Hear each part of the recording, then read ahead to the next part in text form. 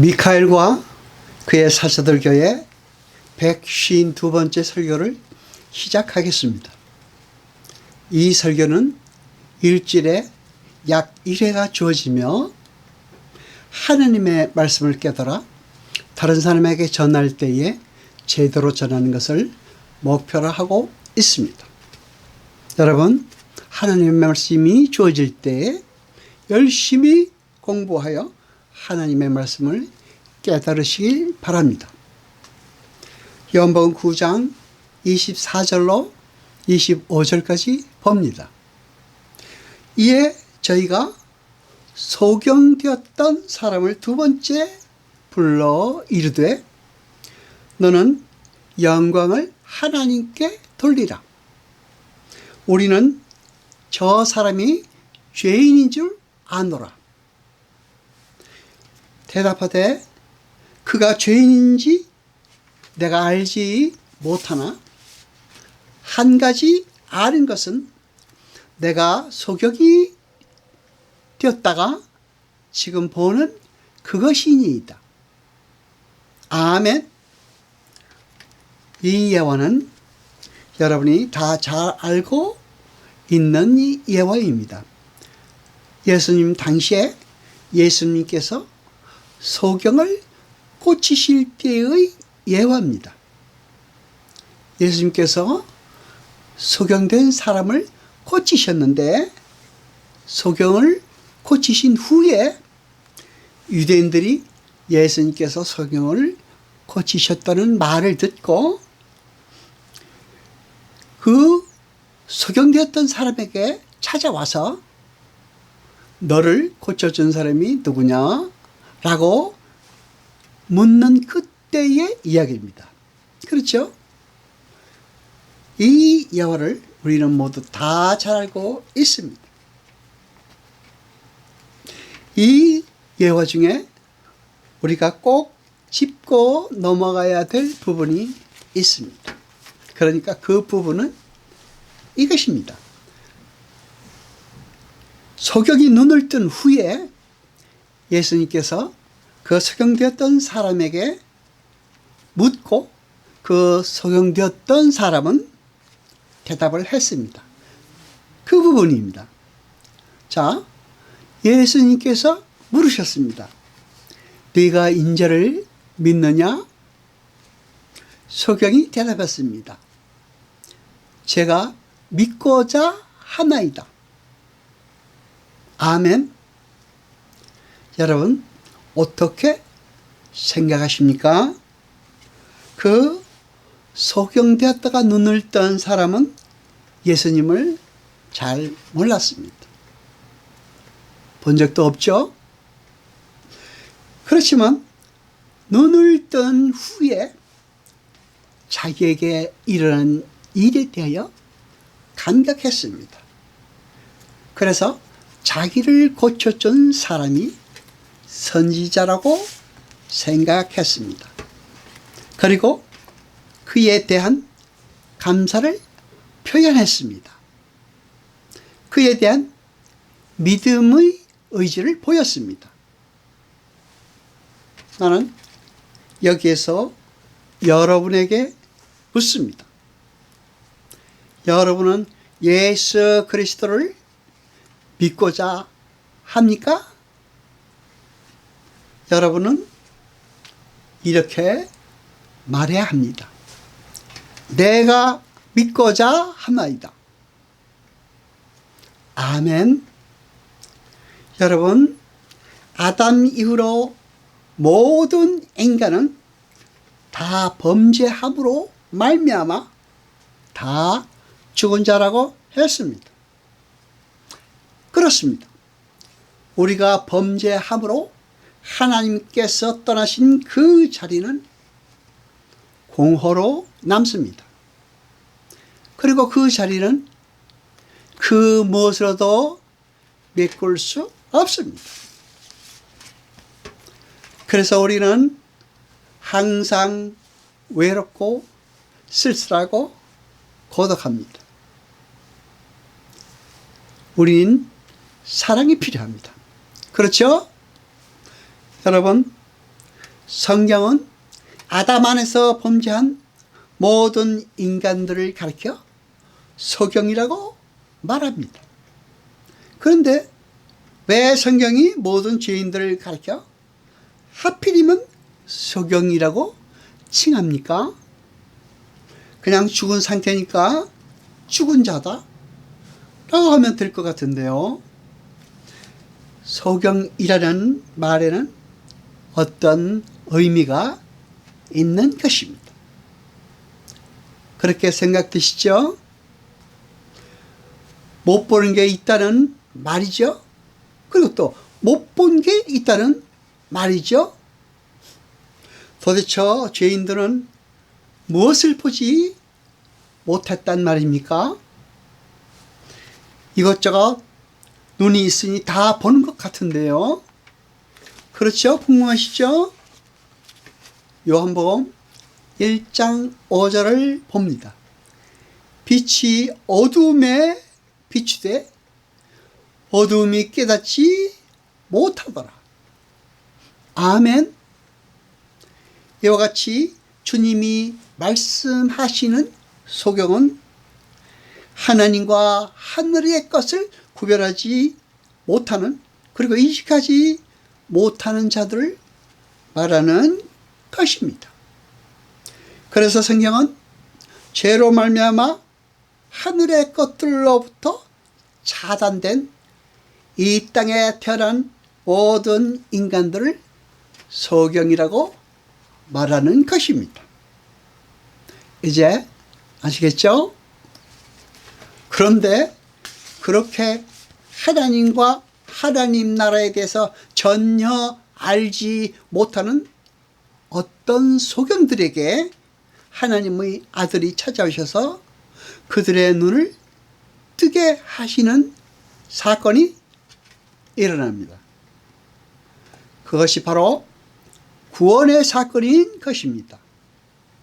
그때부터 비로소 하나님과 하나님 나라에 대한 자각과 인식이 시작되는 것입니다. 그렇습니다. 그러니까 구원이란 자신의 힘으로는 눈을 뜰 수 없는 소경이 하나님의 은혜로 눈을 뜨게 되는 것처럼 전혀 불가능하고 무력하고 완전히 타락해 있던 죄인들이 하나님의 찾아오심으로 해서 하나님과 하나님 나라에 대해서 알게 되고 그 하나님 나라의 생명인 영생을 믿고 소망하며 바로 그 새 생명으로 인도되는 것을 말하는 것입니다. 찬송하리로다. 우리를 사랑하시고 우리에게 영원한 생명을 허락하신 이여 세세토록 영광과 찬송 받으소서. 아멘. 요한복음 17장 9절을 봅니다. 내가 저희를 위하여 비옵나니 내가 비옵는 것은 세상을 위함이 아니요 내게 주신 자들을 위함이니이다. 저희는 아버지의 것이로 소이다. 아멘. 여러분, 예수님께서는 나는 세상을 위하여 온 것이 아니라 하나님이 주신 자들만을 위하여 왔다라고 말씀하십니다. 그렇죠? 그렇습니다. 주님은 창세전에 택하신 구원받은 제한적 세상을 위하여 이 땅에 오신 것입니다. 또 주님은 선택된 그들만을 위해 그들의 눈을 뜨게 하시기 위해 십자가에 달리신 것입니다. 그렇게 눈을 뜨게 된 사람들을 가리켜서 성경은 무엇이라고 부릅니까? 새로운 피조물이라고 부릅니다. 성도라 부릅니다. 그리고 그들은 지금까지와는 다른 눈으로 세상을 새롭게 보게 되는 것입니다. 세상 속에서도 하나님과 하나님 나라를 보게 되는 것입니다.